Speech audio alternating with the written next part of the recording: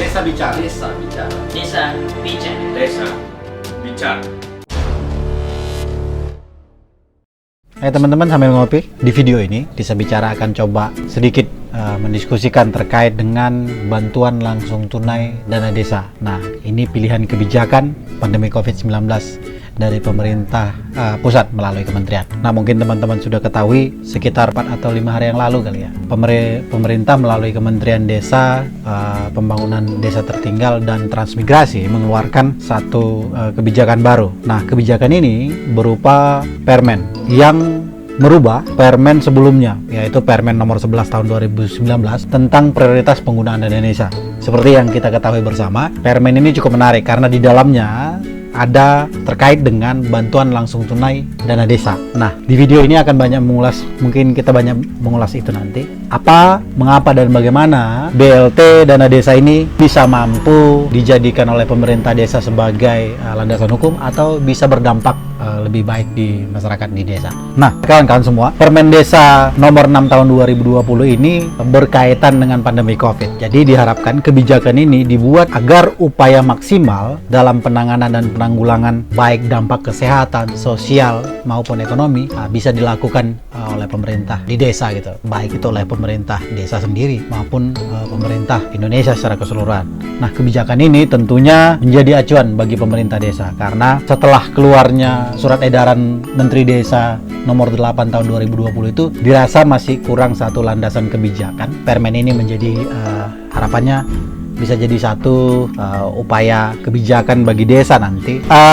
Kebijakan ini dibutuhkan agar upaya penanggulangan dan penanganan tidak hanya secara kesehatan, tapi juga secara sosial dan ekonomi bisa dilakukan di desa. Nah, tentu kebijakan ini juga menjadi acuan bagi pemerintah desa dalam mengelola anggaran dana desa. Karena sebelumnya seperti yang kita sudah ketahui, ada surat edaran dari Menteri Desa juga terkait desa tanggap COVID. Tetapi harapannya permen ini menjadi penguat, bisa menjadi landasan hukum bagi pengelolaan dana desa khususnya untuk BLT ini. Nah, ada beberapa hal di Permen nomor 6 ini yang merubah Permen nomor 11 tahun 2019 itu. Yang pertama itu di pasal 1 ayat 6. Nah, di ayat 6 itu ada memasukkan poin tentang pandemi COVID-19.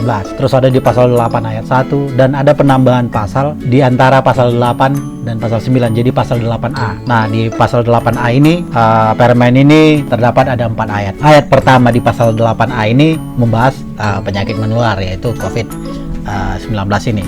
Sedangkan di pasal 2, permen ini membahas tentang penanganan dampak. Sedangkan di ayat 3 tentang siapa yang mengelola bantuan langsung tunai dana desa ini.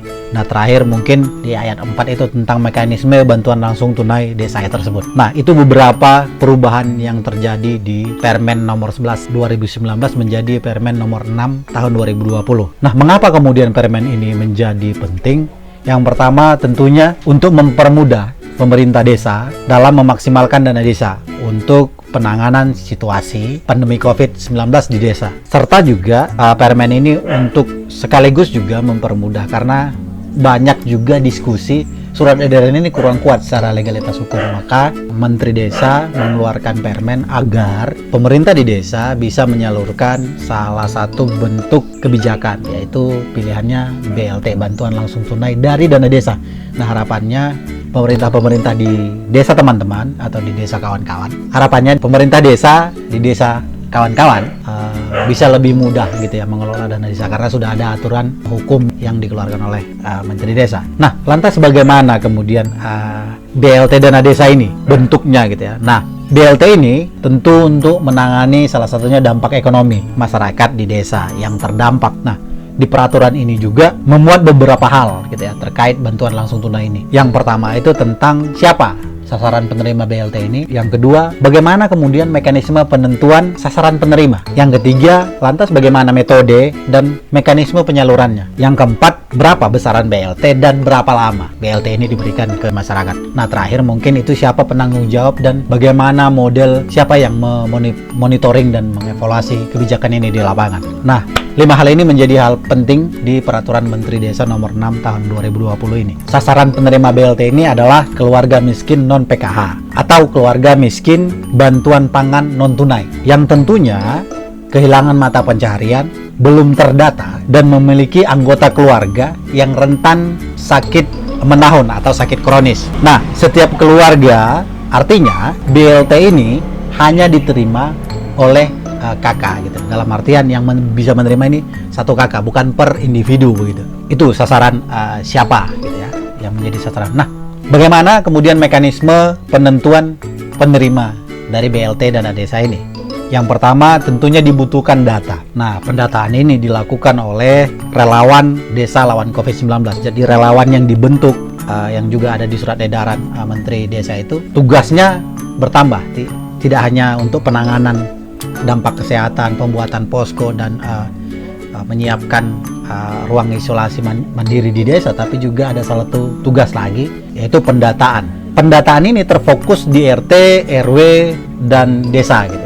Hasil pendataan yang dilakukan oleh relawan desa lawan COVID-19 ini nanti diverifikasi, divalidasi, dan ditetapkan di musyawarah desa khusus atau luar biasa dengan agenda, cuma hanya ada satu agenda musyawarah desa ini, untuk validasi dan verifikasi data. Setelah data ini ditetapkan di musyawarah desa itu, maka pemerintah desa menyampaikan hasil data yang sudah ditetapkan ke pemerintah kabupaten melalui pemerintah kecamatan. Nah, dokumen hasil musyawarah desa ini harus ditetapkan dan disahkan lagi oleh pemerintah kabupaten atau kota. Nah, di Permen ini mencantumkan lama waktu pemerintah kabupaten dan kota untuk menetapkan, yaitu 5 hari kerja. Jadi misalkan kalau pemerintah desa sudah melakukan musyawarah desa di hari Sabtu dan dikirimkan di hari Senin misalkan, maka di hari Jumat atau hari Sabtu pemerintah kabupaten dan pemerintah kota sudah bisa menetapkan, sehingga pemerintah desa dapat melakukan pelaksanaan dari BLT dana desa ini langsung ke masyarakat. Itu terkait mekanismenya. Lantas metode dan mekanisme penyalurannya bagaimana? Tentunya BLT dana desa ini mengikuti rumus yang ditentukan oleh Kementerian Desa. Yang pertama itu tentu desa dengan penerimaan dana desa kurang dari 800 juta mengalokasikan BLT sebesar 25% dari jumlah dana desa yang diterima. Kedua, desa penerima dana desa di antara 800 juta sampai dengan 1,2 miliar itu mengalokasikan untuk BLT ini sebesar 30%. Yang ketiga, desa dengan penerimaan dana desa lebih dari 1,2 miliar mengalokasikan untuk BLT ini sebesar 35%. Nah, terakhir, keempat, khusus desa yang jumlah keluarga miskin lebih besar dari anggaran yang dialokasikan dapat menambah alokasi setelah mendapat persetujuan dari pemerintah kabupaten atau kota. Nah, tentunya penyaluran dilaksanakan oleh pemerintah desa dengan metode non-tunai atau cashless di setiap bulan. Nah, itu terkait dengan BLT ini diambil dari dana desa, seberapa besar perhitungannya. Nah, seperti yang disampaikan sebelumnya. Berikutnya itu terkait dengan besaran dan jangka waktu.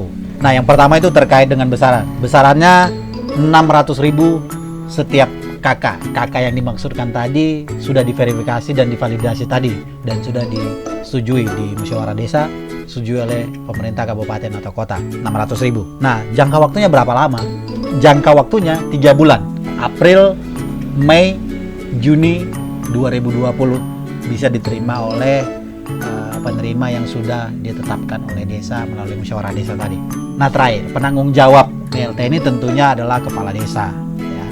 Nah, monitoring dan evaluasi itu dilakukan oleh Badan Permusyawaratan Desa atau BPD. Yang kedua itu camat. Nah, yang terakhir itu inspektorat di kabupaten atau kota. Nah, itu yang melakukan monitoring dan pengawasan. Nah, bagi Desa Bicara ada beberapa poin penting yang kami lihat. Yang pertama itu terkait kebijakan ini. Jadi kebijakan Permen nomor 6 tahun 2020 ini diharapkan mampu membantu pemerintah desa dalam mengelola dana desa sehingga ada landasan hukum yang kuat. Dan mungkin juga tidak hanya menjadi kebijakan ini sebagai landasan hukumnya saja, tetapi kebijakan ini juga mampu bermanfaat bagi masyarakat di desa serta mampu untuk menanggulangi dampak ekonomi gitu ya. Mungkin tidak seperti yang kita pengen negara menanggung semua, tapi kemudian upaya ini, kebijakan ini menjadi salah satu hal paling kita butuhkan gitu di saat situasi dampaknya tidak hanya soal kesehatan, gitu ya, tapi juga ada dampak sosial, tentunya ada dampak ekonomi. Nah, poin penting berikutnya adalah pemerintah desa diharapkan dapat bertindak dengan cepat, sehingga tadi misalkan proses pendataan itu kan butuh tindakan yang cukup cepat dari pemerintah desa, sehingga benar dan bermanfaat tentunya bagi masyarakat di desa. Berikutnya bagi kami Desa Bicara, dengan hadirnya kebijakan seperti ini, desa bisa lebih jelas, desa bisa lebih terang dan tanpa ragu untuk membuat kebijakan di kala situasi seperti ini. Jadi tindakan cepat itu dibutuhkan, dan serta penanganan dampak kesehatan, dampak sosial dan dampak ekonominya dapat dilakukan dengan maksimal. Karena desa memiliki asas rekognisi dan subsidiaritas yang tercantum dalam Undang-Undang Desa. Nah, harapan kami tentunya tidak hanya kebijakan ini, tapi desa sudah punya landasan hukum yang lebih kuat untuk melakukan kebijakan-kebijakan yang dibutuhkan cepat di situasi saat ini. Nah, tapi kemudian kebijakan BLT, kebijakan bantuan langsung tunai dana desa ini tentu masih banyak meninggalkan pertanyaan. Beberapa di antaranya mungkin, lantas seberapa besar penanggulangan dampak ekonomi dengan BLT ini? Ini kan menjadi pertanyaan. Maksudnya mungkin saja BLT ini akan belum mampu menjawab, tetapi semoga bisa mengurangi dampak ekonomi. Yang berikutnya, pertanyaan yang tersisa mungkin, lantas bagaimana kesiapan desa terkait data untuk menentukan siapa penerima BLT ini? Nah, kita tahu bersama data ini sangat penting dibutuhkan dalam situasi ini karena butuh tindakan cepat. Gitu. Pertanyaan tersisa berikutnya, karena penyaluran BLT ini non tunai, bagaimana pelaksanaannya di lapangan? Kalau sudah data masyarakat yang memperoleh BLT ini sudah ditetapkan dan dari kabupaten sudah menetapkan juga, untuk mengaplikasikan itu di lapangan bagaimana gitu ya. Terakhir mungkin lantas bagaimana pola koordinasi terkait dengan penetapan data ini. Nah, sebenarnya di Permen ini sudah ada, bagi kabupaten itu ada waktu 5 hari untuk menetapkan. Tetapi semoga tim relawan desa yang terbentuk bisa juga melakukan kerja cepat, karena ini sangat dibutuhkan di situasi ini, karena juga jangkauan dan panjang waktunya cuma 3 bulan, dimulai April, Mei dan Juni. Nah, minimal dana desa dan untuk upaya penanganan ekonomi di situasi sulit saat ini, situasi tidak normal saat ini, bisa dilakukan dengan cepat. Baik teman-teman, itu tadi kebijakan peraturan Menteri Desa PDTT nomor 6 tahun 2020 terkait dengan BLT. Harapannya semoga kebijakan ini bisa langsung diterapkan di desa dan juga minimal mengurangi dan sedikit meredakan dampak ekonomi yang terjadi bagi masyarakat yang terdampak COVID-19 di desa. Itu dulu dari kami, Desa Bicara. Jangan lupa ngopi kawan-kawan.